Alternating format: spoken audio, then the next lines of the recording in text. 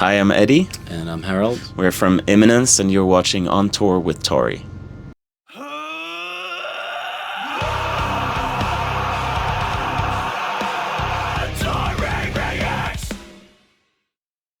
Hey guys, I am on the tour bus of the band Imminence outside of the Masquerade in Atlanta, Georgia. We're here for a sold-out show of the return of the Black Tour with support from Landmarks and Jaluka. I am here with Eddie and Harald. How are you guys doing today? Doing great, thank you. Yeah, very well. Good. How has the tour been so far? I think it's been one of my favorite tours we've ever done. It's been incredible. Yeah, I mean, we keep saying this like all over again. It's like, oh, it's been the best one ever, but it's been great. This is technically the third time we're coming over to America.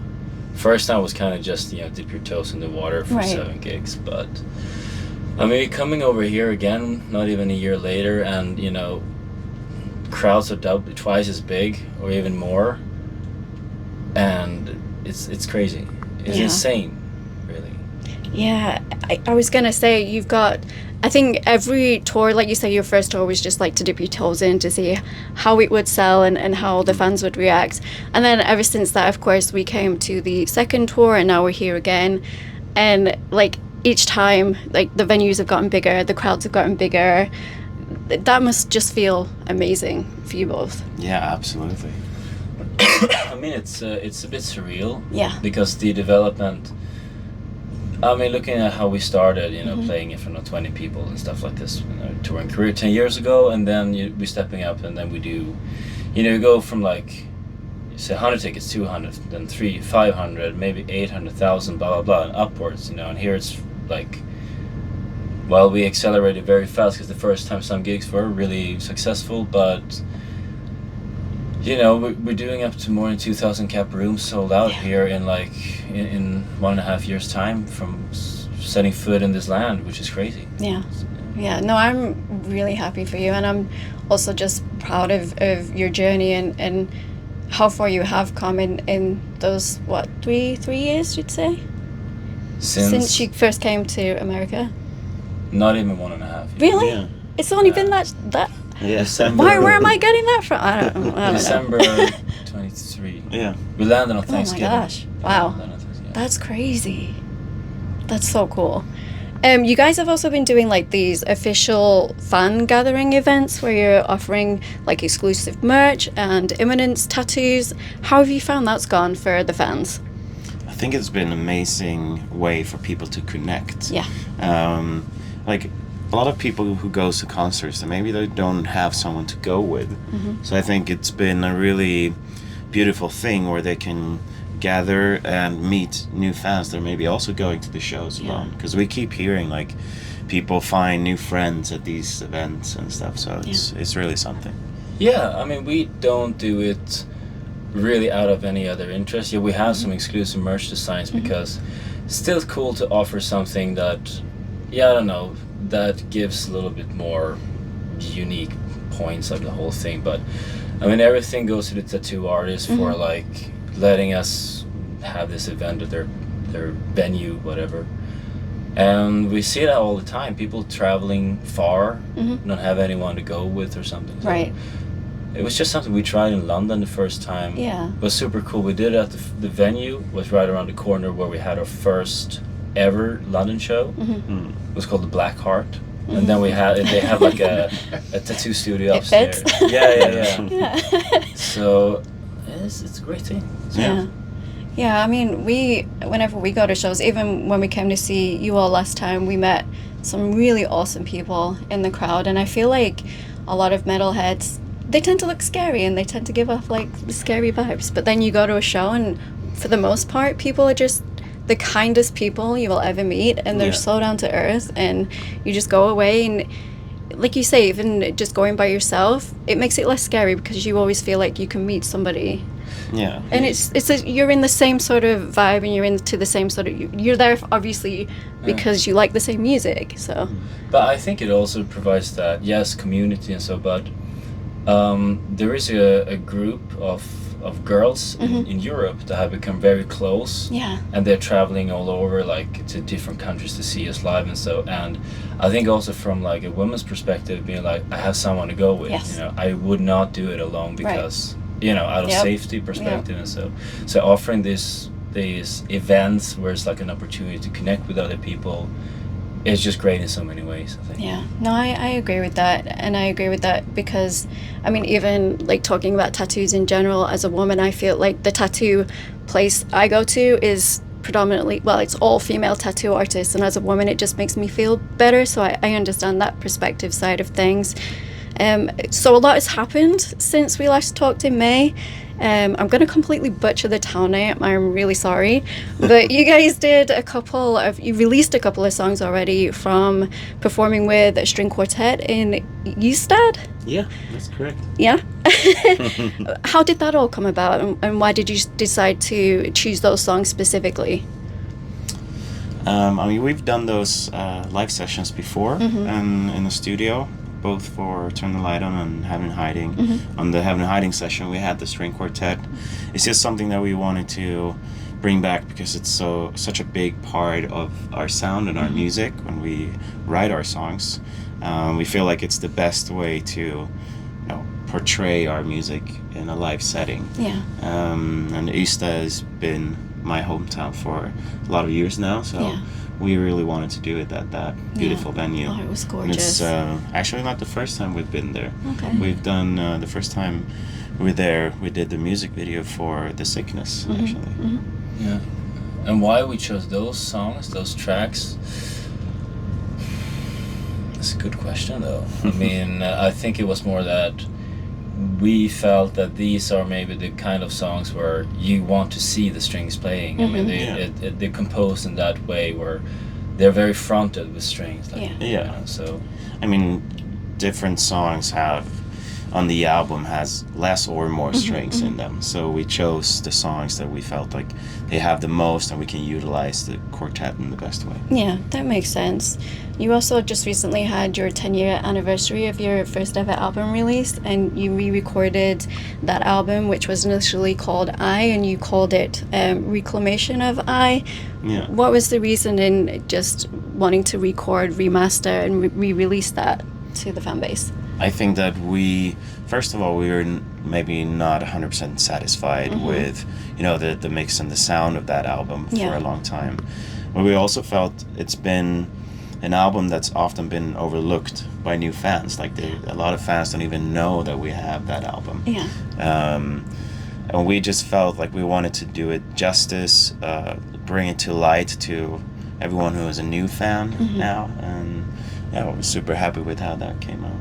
Yeah, that makes sense. I mean, for us, it's an important part of our history. Yeah. The first album, and there are tracks on that album that we feel are really good, and that really speaks volumes of where we come from and what we wanted to say. But maybe the production at that time didn't really make it justice. Yeah. So this was really, kind of a testament to ourselves. Yeah. No, I agree. I did go back and listen to the first album and then the reproduced mixed, and just like even listening to just that progression, it's crazy how much you can progress and how much time helps with that, and also just surrounding yourself with like-minded people who can help with that sort of thing as well. Yeah. So, you also released your Return of the Black album as well, which you brought out 2 brand new songs and also did a bunch of collabs on that album. How did you choose who you wanted to collab with on these particular songs? It's actually been people, as a band and as a touring band, it's people we've met throughout the years and become friends with. So each person who's featuring on the album is someone we know personally, like some more than others, but it's still someone that we've met and we had a great connection with. Yeah, that's cool. Also, Harald, can't get my words out. Specifically for you, your voice, of course, was more upfront in Death Has No Dominion. Why was that? Just, it was incredible to see being more up, because honestly, until I came to see you guys live last time, like, obviously I knew you were in the back, but just hearing you more so on like the live mix, it was just really nice to hear that, and then to see and hear it in a song where you're just not like, no offense to you, Eddie, but you know, just having you more up front too. It was nice. It's a nice touch. I mean, I've been doing it always live to kind of take over or back some parts of the vocals, to give you a moment to breathe sometimes. But I think that specific song itself was it was a bit different from anything else we've done. I mean, it was just so brutal, very metal. And I think maybe my sound matches that character a bit, and I think it was just something I think you were the one, because it was like, dude, you do this verse. We write everything at my place, and it's pretty relaxed. And I remember I had written like the lyrics and kind of the phrasing for the second verse, and I just felt like since we have very different like tonal qualities, and I think we use a different technique, and that song is flirting so much with like death metal. I just felt like this would be perfect, you know, for Harald's voice to do the second verse, and I could play something a bit more elaborate over it on the violin. Yeah, that makes a lot of sense. It's the first time I listened to that, I was like, whoa, what is this? But it made sense, and I loved those more elaborate violin pieces in it too, and that you got a chance to include that, and also that you got a chance to be more upfront in with your voice too. Going back also to playing live, how did it all come about to play and have that part where you, Harald, play the guitar with the violin bow, and then you included that also in God-Fearing Man in the song and in the video? This is something we fairly recently started. Wasn't it like on the last US tour we started doing it live, like in La Pelle de Vide? Because it's there in the recording, so it was just something we thought could be cool to replicate live, and also another visual aspect that, you know, it's something new happening on stage, and then in God-Fearing Man we had that part which is like, let's call it the bridge or the breakdown or whatever, and I don't really know how it came about. I just thought that, well, we can just try to add this and see how it sounds to get this kind of drone-ish vibe to the whole thing. I mean, we already had the breakdown pretty much written, and we just open string. So we just thought, it's a perfect place to use the bowed guitar again. Because we didn't do it like, it's not like a strum, like a hit on the string with a pick, you know, it's more like it's almost like a synth kind of vibe to it. So, and that we could produce with the bow on the guitar, essentially. Yeah. Well, and it does look badass live. When we first saw you do it, we were just like, just because your outfit, of course, your beautiful long hair, and like when you're positioning, it's really incredible to see live. So when you added it into the music video, I was like, yes, you know. Eddie, for you, because I don't know how you do it, your back bend. How did that come into play? That's an interesting thing. I don't know. I think it started to come about like when you look at concert pictures of yourself, and there was this time where I did like a slight back bend, and I was like, that looks kind of cool. And then I just been going further and further back. No, it does. It looks amazing, and every time my back's just like, no, no, thank you. I started training taekwondo when I was like 5 until I was maybe 18, and I think that kind of flexibility, like when you're training at a young age and through like growing up, I think that kind of sticks with you. Right, and also it looks cool as shit, I'm not gonna lie. You've also, the last couple of tours you've had a full-time photographer, videographer with you guys. Like, what do you feel is the importance of having that follow the band around with you on tour? I think I don't think it's necessary to catch every little moment that you're doing all the time. I mean, there are artists or influencers or whatever that are traveling with content creators that are just capturing everything they do from the moment they wake up and then kind of just pick out the parts. But I feel like we wanted to translate what we do live, the experience of seeing Imminence live and what we are and this amazing adventure we're having. You want to translate that into social media, you know, where people are hanging out, so that they can feel like they are a part of it and that we can show them what we are all about. Yeah. And also try to, you know, make it to spread the news that we are touring, you know, we're out there. Come see us, come see what we are and experience our music live. And Yeah. so- Well, and it's an art form within itself, isn't it? And I think it fits really well with what you guys have going on within your own band and aesthetic. Yeah, absolutely. Yeah. And this is not just something that happens. It's also like you develop it with this photographer, Right. videographer. I mean, it's really about your two creative paths kind of crossing and you know, finding a common point here. Yeah. So this takes time to develop, but Yeah. we're working with a girl called Ilona. Yeah, she's amazing. And she's absolutely fantastic. Yeah. Yeah. Yeah, I've been following along and just I'm blown away by her, just her artistic eye in general. And then there's that photo of you doing the back bend and she's like inverted it over the crowd and Yeah. it's crazy good. That would make it such a fantastic poster. Yeah. It's just, and then also of course the videography side of things where you did the black with DeLuca in you and just how she edited all of that together, and it was just really cool to see. So Yeah.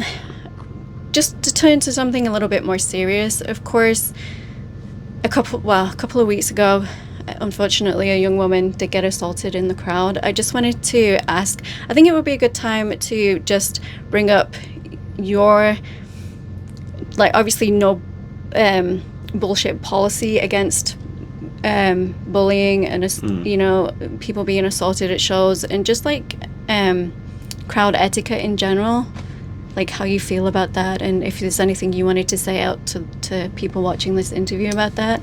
Yeah, I mean, I feel like, especially growing up in the metal community and going to shows and going moshing, I always felt like on most concerts pretty safe. Like people took care of each other. It's a part of the culture. It's part of having fun, and it's in a way to express yourself. And you know, it's hard to know where to draw the line, but it's really important to be respectful to everyone in the crowd. And obviously we try to keep our eyes open for stuff, but honestly it's so difficult to see everything that's going on, and I feel like our crew is also trying to keep an eye out for that stuff, but I think that everyone is locked in and hyper focused on delivering the best show possible.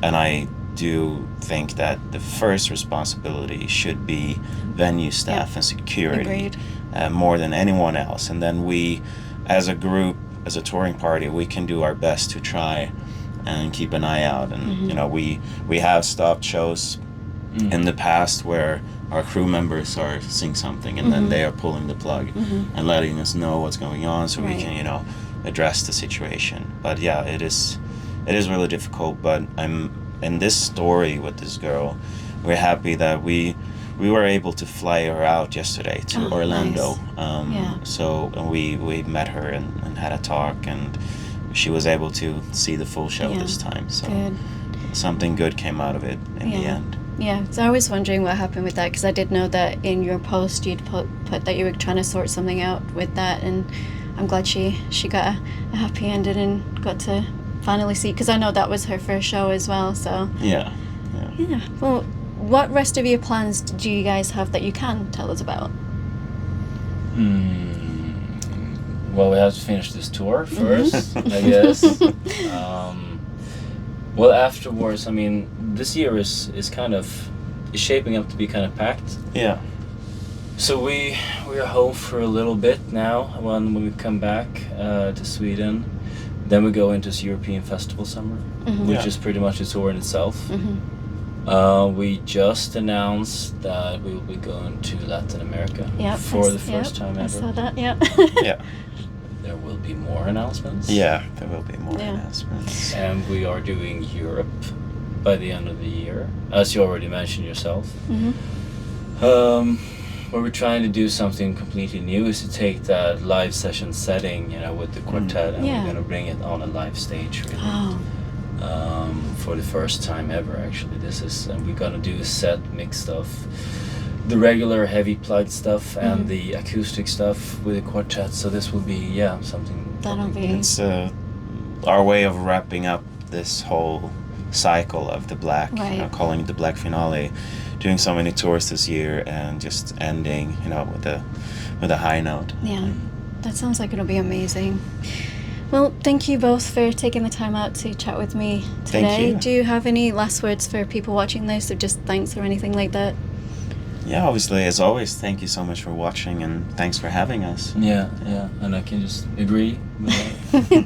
Well, thank you guys for being here and for taking the time. I know schedules always get jam-packed and crazy and complicated, but I will leave all of Imminence's information down below in the description so you can find them, follow them. Please go ahead and check out if they're touring anywhere near you. This is going to be my second time seeing them.